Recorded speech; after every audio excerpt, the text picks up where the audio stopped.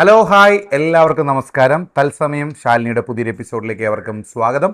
നമ്മൾ ഇന്ന് ഉണ്ടാക്കാൻ പോകുന്ന ഒരു ഐറ്റം സൂചിക്കൊഴുവ പീരയാണ് കേട്ടോ. പല നാട്ടിലും പല പേരിൽ അറിയപ്പെടുന്നു തോന്നുന്നു. ഞങ്ങളുടെ നാട്ടിൽ അറിയപ്പെടുന്നത് സൂചിക്കൊഴുവ എന്നാണ്. ചെറിയ കൊഴുവയാണ്. നമ്മുടെ കായലുകളിൽ അല്ലെങ്കിൽ പുഴകളിൽ നിന്നൊക്കെ കിട്ടുന്ന ചെറിയൊരു കൊഴുവയാണ് കേട്ടോ. അപ്പോൾ അത് വെച്ചിട്ടുള്ളൊരു പീരയാണ് ഇന്ന് നമ്മൾ ഉണ്ടാക്കാൻ പോകുന്നത്. അപ്പോൾ എന്തായാലും കൂടുതൽ പറഞ്ഞ് ബോറടിപ്പിക്കുന്നില്ല, വീഡിയോയിലേക്ക് പോകാം. വാ. അപ്പോൾ ഇതാണ് സുഹൃത്തുക്കളെ നമ്മുടെ സൂചി കൊഴുവ എന്ന് പറയുന്നത്. ഇത് നമ്മൾ ശരിക്കും പറഞ്ഞാൽ ക്ലീൻ ചെയ്ത് വെച്ചേക്കുന്നതാണ് കേട്ടോ ഈ സൂചി കൊഴുവ. ഇതിന് തലയും പാലൊന്നും അങ്ങനെ കളയേണ്ട ആവശ്യമില്ല. അപ്പോൾ ഇതിനകത്തേക്ക് ആവശ്യമായിട്ടുള്ള ഇൻഗ്രീഡിയൻസ് പറഞ്ഞൊരു പച്ചമുളക്, അതുപോലെ വേപ്പില, ഇഞ്ചി ചതച്ചത്, ഇതൊക്കെയാണ് നമുക്ക് ഇതിൽ വേണ്ടത്. അപ്പോൾ എന്തായാലും നമ്മൾ കഴുകി ക്ലീൻ ചെയ്ത് വെച്ചിരിക്കുന്ന നമ്മുടെ ഈ സൂചിക്കൊഴുവിയിലേക്ക് ആദ്യം കുറച്ച് ഇഞ്ചി ഞാൻ ഇട്ടിട്ടുണ്ട്. അതിനുശേഷം കുറച്ച് പച്ചമുളകും വിതറി, അതോടൊപ്പം തന്നെ കുറച്ച് വേപ്പില കൂടി വിതറിയിട്ടുണ്ട്. പിന്നെ ഇതിനകത്തേക്ക് ആവശ്യമായിട്ടുള്ള വളരെ കുറച്ച് മഞ്ഞൾപ്പൊടിയാണ് ഇതിനകത്തിട്ടിരിക്കുന്നത്. അതിനുശേഷം കുറച്ച് മുളക് പൊടിയും ഇട്ടിട്ടുണ്ട്. അതോടൊപ്പം തന്നെ ആവശ്യത്തിന് ഉപ്പ് അതിനകത്തേക്ക് എടുത്തിടുക. നിങ്ങൾക്ക് ആവശ്യത്തിനുള്ള ഉപ്പ് ഇട്ടാൽ മതി കേട്ടോ. കാരണം ഞാൻ വളരെ കുറച്ച് ഉപ്പ് ഇടുന്നുള്ളതിന് ശേഷം നന്നായിട്ട് ഈ കൊഴുവയും അതുപോലെ തന്നെ നമ്മൾ ഇട്ടിരിക്കുന്ന ഇൻഗ്രീഡിയൻസ് മസാലയും എല്ലാം പിടിക്കാൻ വേണ്ടിയിട്ട് നന്നായിട്ടൊന്ന് ഇവനെ മിക്സ് ചെയ്തെടുക്കുക. നമ്മൾ സാധാരണ ഞാൻ നേരത്തെ പറയുന്ന പോലെ കൈവച്ച് ഞെരടാറാണ് പതിവ്. പക്ഷേ ഈ ചെറിയ സൂചിക്കൊഴുവയായതുകൊണ്ട് തന്നെ വളരെ സോഫ്റ്റാണ്. നമ്മൾ കൈയൊക്കെ വെച്ച് ഞെരടി കഴിഞ്ഞാൽ അത് ഇപ്പോൾ തന്നെ ഉടഞ്ഞു പോകാൻ ചാൻസ് ഉണ്ട്. അപ്പോൾ അതുകൊണ്ട് ഉടയാതിരിക്കാൻ വേണ്ടി നമ്മൾ നന്നായിട്ട് മിക്സ് ചെയ്യണമെങ്കിൽ ഇതേപോലെ ഒരു സ്പൂണിട്ട് നന്നായിട്ട് അവനെയൊന്ന് മിക്സ് ചെയ്യുക. ഉപ്പും അതുപോലെ മഞ്ഞൾപ്പൊടിയും മുളക് പൊടിയും പച്ചമുളകും വേപ്പിലയും എല്ലാം ഒന്ന് മിക്സ് ആകുന്നവരെ നന്നായിട്ട് ഇവനെ ഒന്ന് മിക്സ് ചെയ്തുകൊണ്ടിരിക്കുക. മിക്സ് ചെയ്തതിന് ശേഷമാണ് നമുക്ക് അടുപ്പിലേക്ക് വെക്കേണ്ടത്. അപ്പോൾ എന്തായാലും ഏകദേശം നന്നായിട്ടൊക്കെ മിക്സ് ആയിട്ടുണ്ട്. അപ്പോൾ അതിനുശേഷം ഇതിന് സ്പെഷ്യലായിട്ടുണ്ട് നമ്മുടെ കുടംപുളിയാണ്. വളരെ ചെറിയ തോതിലാണ്, ചെറിയൊരു കഷ്ണം ഇട്ടാൽ മതി, അധികമൊന്നും യൂസ് ചെയ്യേണ്ട കുടംപുളി. ആവശ്യത്തിനുള്ള പുളി കാര്യങ്ങളൊക്കെ ഉണ്ട്, ഒരുപാട് പുളിയൊന്നും വേണ്ട. അപ്പോൾ അതുകൊണ്ട് ചെറിയ തോതിലാണ് നമ്മൾ കുടംപുളി ഇട്ടിരിക്കുന്നത്.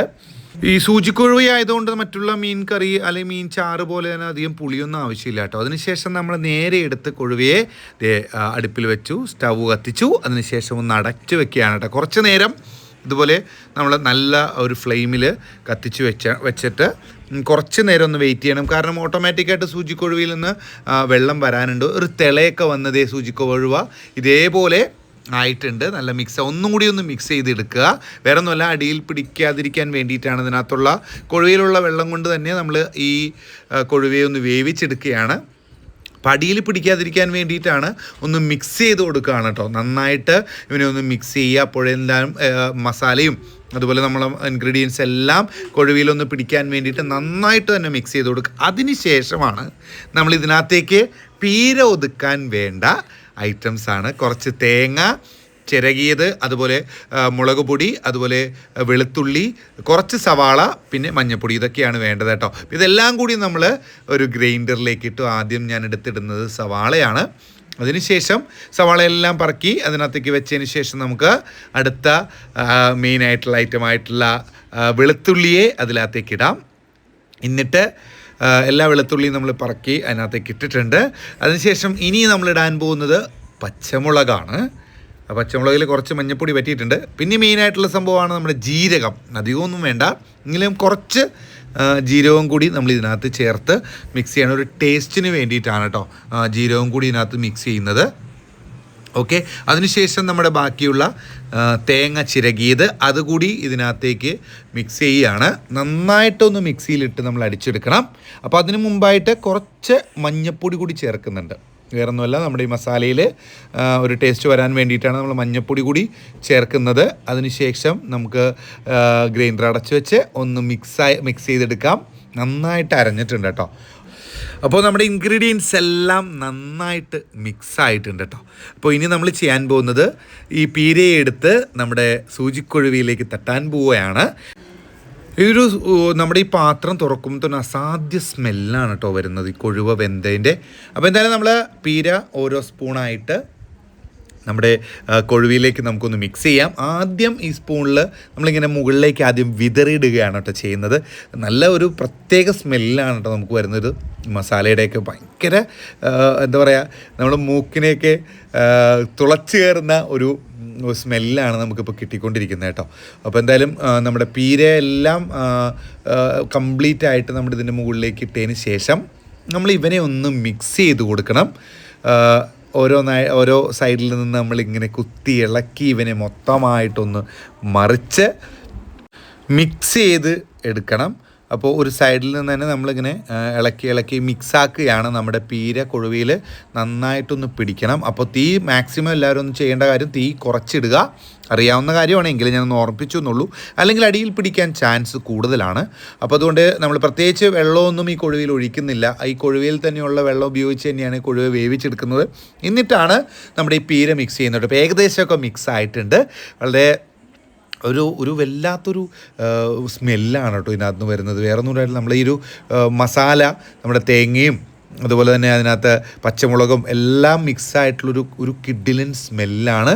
ഒരു രക്ഷയില്ല. അപ്പോൾ എന്തായാലും കൊഴുവതേ മിക്സ് ചെയ്ത് വെച്ചിട്ടുണ്ട്. അതിൻ്റെ മുകളിലേക്ക് നമ്മൾ നമ്മുടെ നാടൻ കറിവേപ്പില ഇടുന്നുണ്ട്. അതിന് ശേഷം മെയിനായിട്ട് നമ്മൾ ചെയ്യേണ്ട ഒരൊറ്റ കാര്യമുള്ളൂ, പച്ച വെളിച്ചെണ്ണ.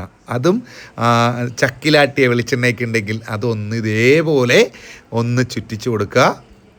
അസാധ്യ രുചിയായിരിക്കും. 1-2 സ്പൂൺ ഒഴിച്ചാലും ഒരു കുഴപ്പമില്ല കേട്ടോ. കാരണം അത്രയും എന്താ പറയുക, ഈ കൊഴുവിലെ പച്ച മസാലയിലേക്ക് നമ്മുടെ ഈ വെളിച്ചെണ്ണയൊക്കെ ഒഴിച്ച് കുറച്ച് നേരം ഒന്ന് അടച്ച് വെച്ച് എടുക്കുന്ന സമയത്ത്, നമ്മൾ കഴിക്കുന്ന സമയത്ത് ഒരു അസാധ്യ ടേസ്റ്റായിരിക്കും കേട്ടോ. ഒന്നും പറയാനില്ല. ഞാനൊന്ന് പതുക്കെ ഇതൊന്ന് മിക്സ് ചെയ്ത് കൊടുക്കുന്നുണ്ട്. വായിൽ ഇപ്പോൾ തന്നെ ആലോചിക്കുമ്പോൾ തന്നെ വെള്ളം വരുവാണ്. എൻ്റെ പൊന്നു മക്കളെ, മസ്റ്റ് ട്രൈ ആണ് കേട്ടോ.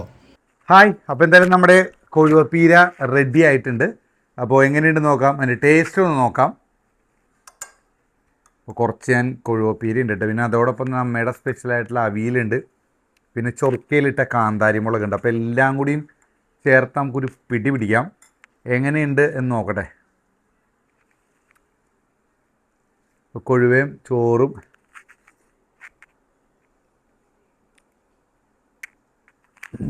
ഒന്നും പറയാനുള്ള അടിപൊളി.